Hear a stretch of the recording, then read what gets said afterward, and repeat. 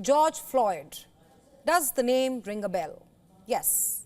He's the same man who was killed by a police officer rather brutally in broad daylight during an arrest.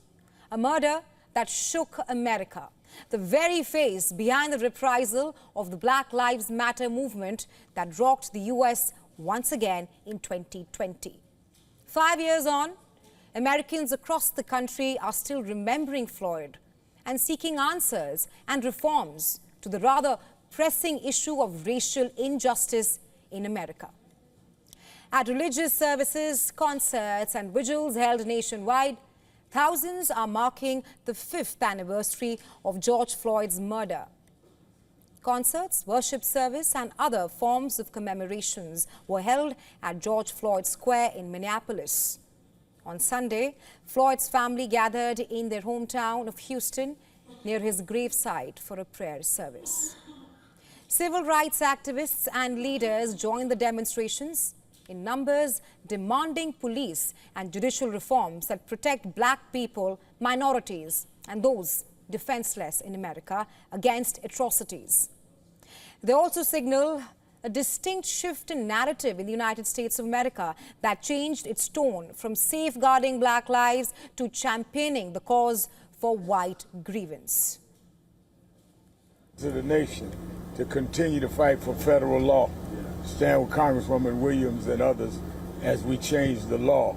We need legislation for justice for all Americans, rather than a hallucination that there is some genocide against whites in South Africa.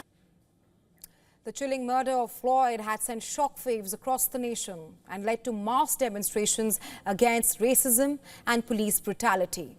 Many hailed it as a moment of national reckoning with the issue of racism itself. But 5 years later, where does America stand as far as tackling racial attacks are concerned? A problem America has grappled for far too long.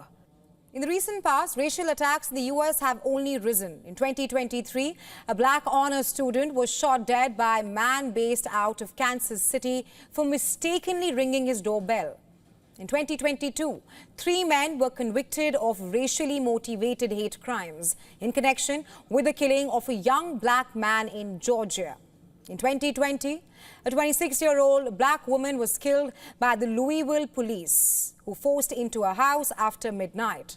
And there are many more, thus making it crystal clear that racism and racial attacks are a living reality in the U.S. till date.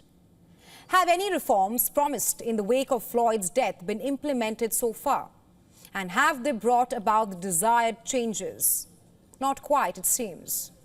In 2021, the George Floyd Justice in Policing Act aims to address law enforcement reforms. It failed to pass the bipartisan package in the U.S. Senate. In 2022, former U.S. President Joe Biden signed an executive order to implement as much of the legislation to promote safe and accountable policing.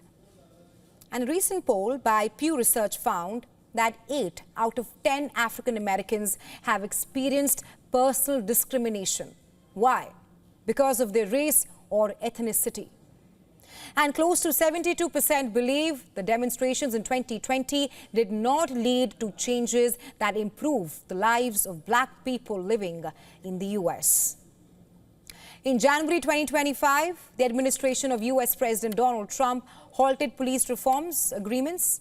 Many Americans think this has impacted the very course correction that America needed with regards to the treatment meted out to people of color. Floyd's dying words, "I can't breathe," that became a rallying cry for justice. It also stood for freedom and dignity of individual lives.